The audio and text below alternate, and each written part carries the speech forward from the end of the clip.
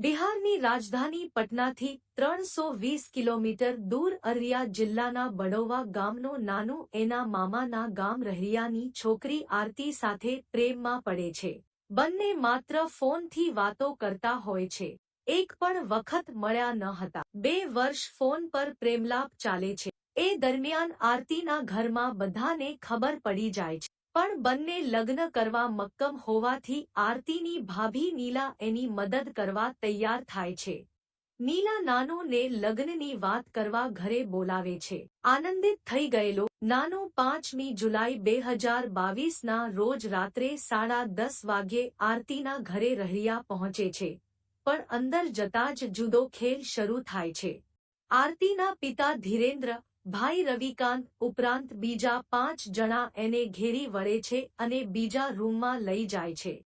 નાનો રાડો પાડે છે, પણ એના મોઢામાં ડૂચો મારી દેવામાં આવે છે.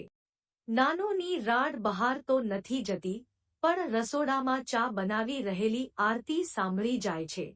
એ બહાર જવા દોડે છે, પણ દરવાજો બંધ હોય છે.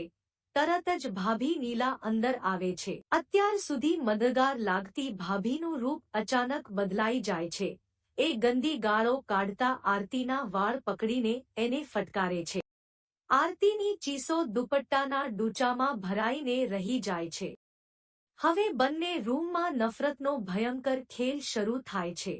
એક રૂમમાં નાનુ પર અત્યાચાર શરૂ થાય છે અને બીજા રૂમમાં આરતી પર. રૂમમાં નાનુને એક ખુરશી પર બેસાડીને બાંધી દેવામાં આવે છે. સામે કુલ 6 જણ ઊભા હતા. એ નરાધમોમાં એક હતો આરતીનો બાપ ધીરેન્દ્ર યાદવ, બીજો એનો સગો ભાઈ રવિકાંત, ત્રીજો એનો સગો જીજાજી પવન યાદવ. બાકીના 3 એના પિતરાઈ ભાઈઓ હતા, જેમના નામ શશિકાંત, મિથિલેશ અને ચંદન હતા. શશિકાંતના હાથમાં બેટ હતું, મિથિલેશના હાથમાં સળિયો, ચંદનના હાથમાં દંડો હતો અને પવન યાદવના હાથ ખાલી હતા. બધા એની ફરતે ફરી વળ્યા. આરતીના બાપે કહ્યું, સાલાના હાથપગ ભાંગી નાખો. અને પછી હાથ પગ પર સળિયા, બેટ અને દંડાનો પ્રહાર શરૂ થયો. ભયંકર મારના કારણે એની ચીસો ડૂચામાંથી બહાર ધસી આવતી હતી. મોઢામાંથી લાળ ટપકવા લાગી હતી. પણ નરાધમો ત્યાં સુધી ન અટક્યા, જ્યાં સુધી નાનુના પગના હાડકાનો કૂચો ન વળી ગયો અને હાથ કોહણીમાંથી લબડી ન પડ્યો. નાનુના ધબકારા મંદ પડી રહ્યા હતા. ડૂચામાં ધરબાયેલી એની ચીસો રસોડામાં જઈ રહી હતી. આરતી એ સાંભળીને પાગલની જેમ રડી રહી હતી. એના મોં પર ડૂચો હતો છતાં એ રાડો પાડવાનો પ્રયત્ન કરી રહી હતી. આથી ભાભી એ બીજા રૂમમાંથી સસરાજી અને પતિને બોલાવ્યા. ધીરેન્દ્ર અને રવિકાંત આવ્યા. બેરહેમીથી આરતી પર તૂટી પડ્યા. ભાઈ એ કહ્યું, એક વાત યાદ રાખજે, અવાજ કરીશ તો પહેલા નાનુનું ગળું વેતરી નાખીશ. પછી આરતી શાંત થઈ ગઈ. એણે હરફ પણ મોંમાંથી ન કાઢ્યો. રસોડાના ખૂણામાં લપાઈને બેસી ગઈ. નરાધમ ટુકડી ફરી નાનુ પાસે ગઈ. સાળા રવિકાંતે પવન યાદવને કહ્યું, જીજાજી તમે તો કંઈ કશું કર્યું જ નહીં, ન બેટ, ન દંડો, કેમ આમ શાંત છો? સાળા સાહેબ, હું વીજળી પાડીશ, જુઓ તમે. આમ બોલીને પવન યાદવે પહેલાથી તૈયાર રાખેલા વાયરના 2 લાંબા ટુકડા કાઢ્યા અને પ્લગમાં ભરાવીને સ્વિચ ચાલુ કરીને નાનુને કરંટ આપ્યો. અધમુઓ થઈ ગયેલો નાનુ તરફડી ઉઠ્યો. એનું પેન્ટ બગડી ગયું. નરાધમો હસી પડ્યા, પણ હજુ ક્રૂરતાની હદ પૂરી થઈ ન હતી. બધા એની પાસે પકડ લઈને બેસી ગયા અને એક પછી એક આંગળીના બધા નખ ખેંચી નાખ્યા. રાક્ષસોને શરમાવે એવું કૃત્ય હતું. પ્રેમ કર્યાની આટલી ક્રૂરતમ સજા કદાચ કોઈને નહીં થઈ હોય. બીજા રૂમમાં સૂનમૂન બેસી ગયેલી આરતી પણ બહુ ગંભીર રીતે ઘાયલ હતી. શું કરવું એ સમજાતું ન હતું. ત્યાં જ એને યાદ આવ્યું કે એનો મોબાઈલ રસોડાની બારીએ પડેલો છે. એણે જેમતેમ કરીને મોઢા પરનો ડૂચો દૂર કર્યો અને નાનુના પિતા ઉમેશ યાદવને ફોન કરી દીધો. એ વખતે લગભગ રાતના 3:30 વાગ્યા હતા. આરતીની વાત સાંભળતા પિતા ધ્રુજી ઉઠ્યા હતા. તેમણે તરત જ રહિયામાં રહેતા પોતાના સાળાને ફોન કર્યો. એ ત્યાં દોડ્યા. આરતીનું ઘર અંદરથી બંધ હતું. એમણે બૂમ પાડી, પણ કોઈએ અંદરથી દરવાજો ખોલ્યો નહીં. એટલી વારમાં નાનુના પિતા અને ભાઈ મનુ યાદવ ત્યાં પહોંચી ગયા.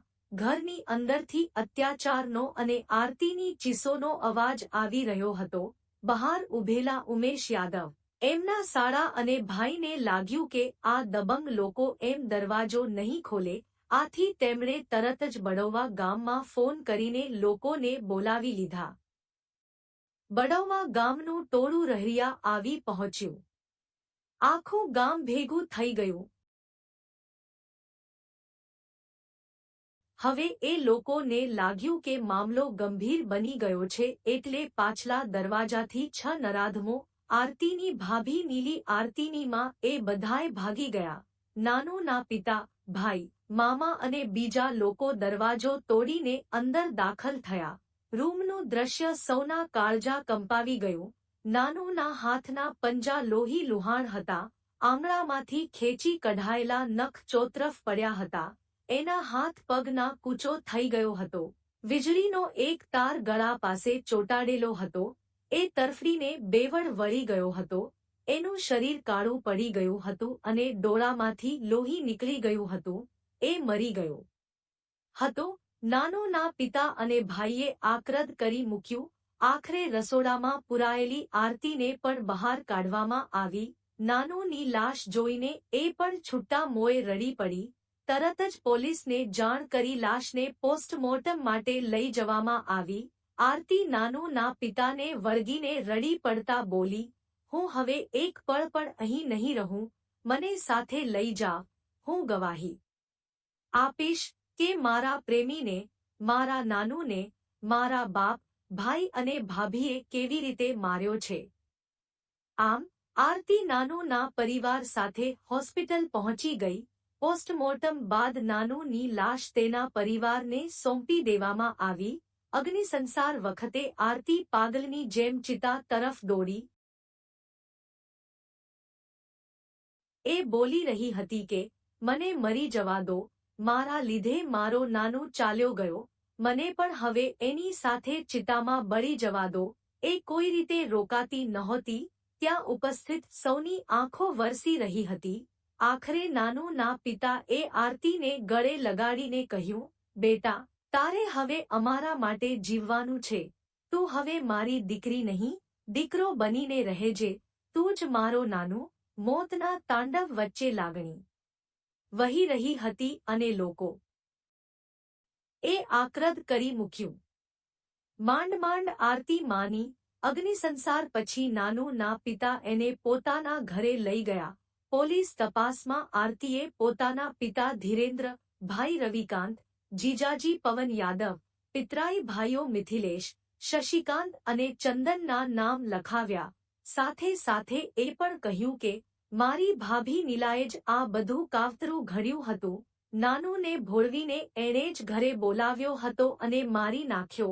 આરતીએ ઘરમાં ઘટેલી એક વિગતો કહી.